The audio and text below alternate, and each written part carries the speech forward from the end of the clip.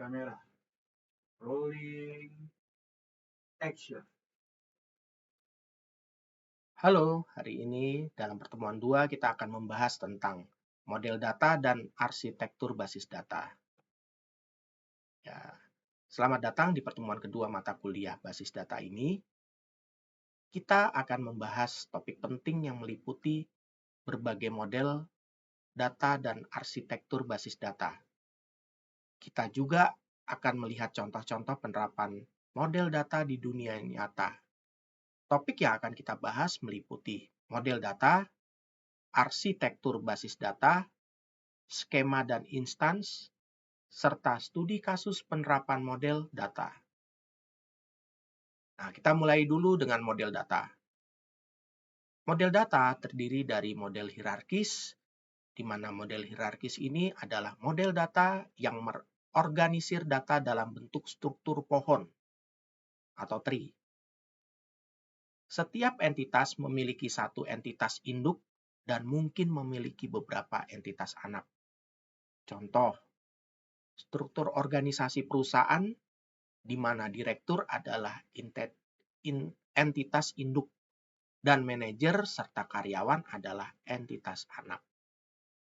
Oke, nah lanjut model lain yang disebut dengan model jaringan adalah model data yang lebih fleksibel dibandingkan model hierarkis.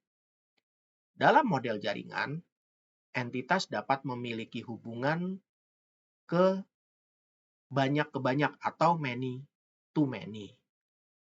Data diorganisir sebagai graf yang saling terhubung. Contoh, sistem pemesanan tiket di mana penumpang dapat memesan beberapa penerbangan dan setiap penerbangan dapat memiliki beberapa penumpang. Nah, lanjut dengan model relasional. Model relasional merupakan model data yang paling populer saat ini. Data disimpan dalam tabel 2 dimensi yang disebut dengan relasi. Setiap tabel terdiri dari baris dan kolom, di mana setiap baris mewakili satu entitas dan setiap kolom mewakili atribut dari entitas tersebut. Contoh, basis data mahasiswa yang menyimpan informasi mahasiswa dalam tabel yang terdiri dari kolom seperti nama, nomor induk, jurusan, dan nilai. Model selanjutnya adalah model berorientasi objek, di mana model data ini menggabungkan konsep pemrograman berbasis objek dengan basis data. Entitas direpresentasikan sebagai objek yang memiliki atribut dan metode. Contoh, sistem manajemen konten di mana setiap dokumen adalah objek yang memiliki atribut seperti judul, penulis, dan konten, serta metode untuk mengedit dan menampilkan dokumen. Nah, selanjutnya kita pelajari lagi arsitekturnya. Bagaimana arsitektur basis data? Arsitektur basis data, salah satunya yang kita kenal adalah arsitektur 3 tingkat, di mana tingkatannya disebut dengan tingkat eksternal, di mana tampilan data yang terlihat oleh pengguna. Setiap pengguna dapat memiliki pandangan yang berbeda tergantung dari kebutuhan mereka. Contoh, mahasiswa hanya dapat menilai atau melihat nilai mereka sendiri. Sementara dosen hanya dapat menilai atau melihat nilai dari kelas yang dia ampu. Nah, tingkat konseptual. Tingkat ini adalah representatif logis dari seluruh basis data. Ini menggambarkan struktur basis data secara keseluruhan tanpa mempertimbangkan bagaimana data disimpan secara fisik. Contoh, nah di dalam grafik kita dapat lihat grafik yang disebut dengan Entity Relationship Diagram atau ERD, itu menunjukkan hubungan antara entitas mahasiswa, mata kuliah, dan nilai. Setelah belajar tingkat eksternal, kita akan belajar tingkat internal, di mana tingkat ini adalah representasi fisik dari basis data. Ini menggambarkan bagaimana data disimpan di dalam penyimpanan fisik seperti hard drive. Contoh, indeks dan struktur file yang digunakan untuk mengelola penyimpanan data mahasiswa di hard drive. Nah, lalu kita bisa lihat bagaimana skema dan instans dari basis data atau database. Nah, kita perlu tahu dulu definisi dari skema.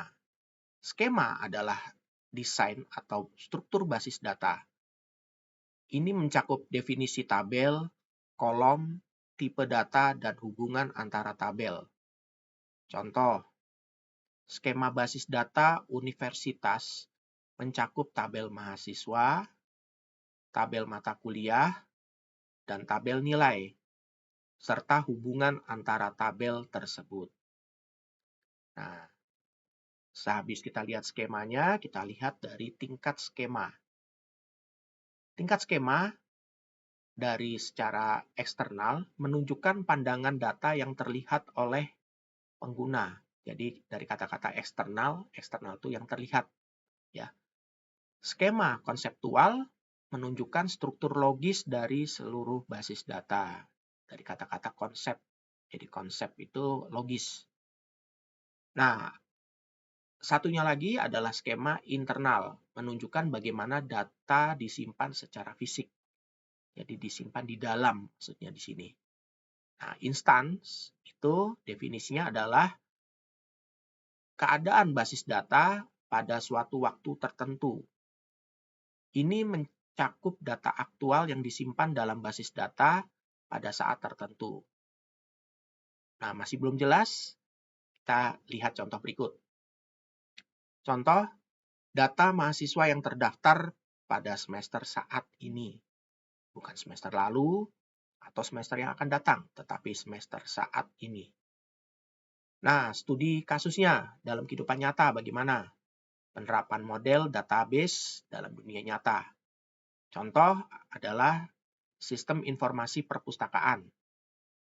Nah, dalam informasi perpustakaan, model datanya menggunakan model relasional untuk menyimpan data buku anggota, dan data penyimpanan atau peminjaman oleh anggota.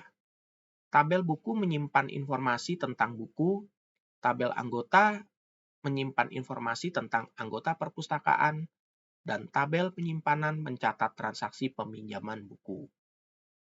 Nah, kita lanjut. Bagaimana arsitektur database-nya?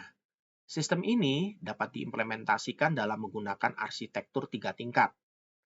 Ya, kita lihat pengguna di sini adalah anggota dan staf perpustakaan, di mana mereka dapat melihat data melalui antarmuka atau bahasa Inggrisnya di sini interface dari pengguna. Nah, itu dari sisi eksternal. Nah, struktur logis basis data ditentukan oleh skema konseptual, di mana data fisik disimpan dan dikelola pada tingkat internal. Nah, studi kasus 2, kita lihat contoh sistem manajemen pelanggan, CRM. Contoh gampangnya ketika Anda disalami selamat ulang tahun dari kampus Anda atau instansi. Nah, bagaimana model datanya? CRM dapat menggunakan model berorientasi objek untuk mengelola data pelanggan, interaksi pelanggan, dan transaksi penjualan. Setiap pelanggan adalah objek dengan atribut seperti nama, alamat, dan riwayat transaksi. Nah, arsitekturnya untuk CRM ini adalah dia dapat diimplementasikan menggunakan arsitektur 3 tingkat. Tingkat eksternal menyediakan antarmuka untuk staf penjualan dan layanan pelanggan. Tingkat konseptual menggambarkan hubungan antara pelanggan, interaksi, dan transaksi.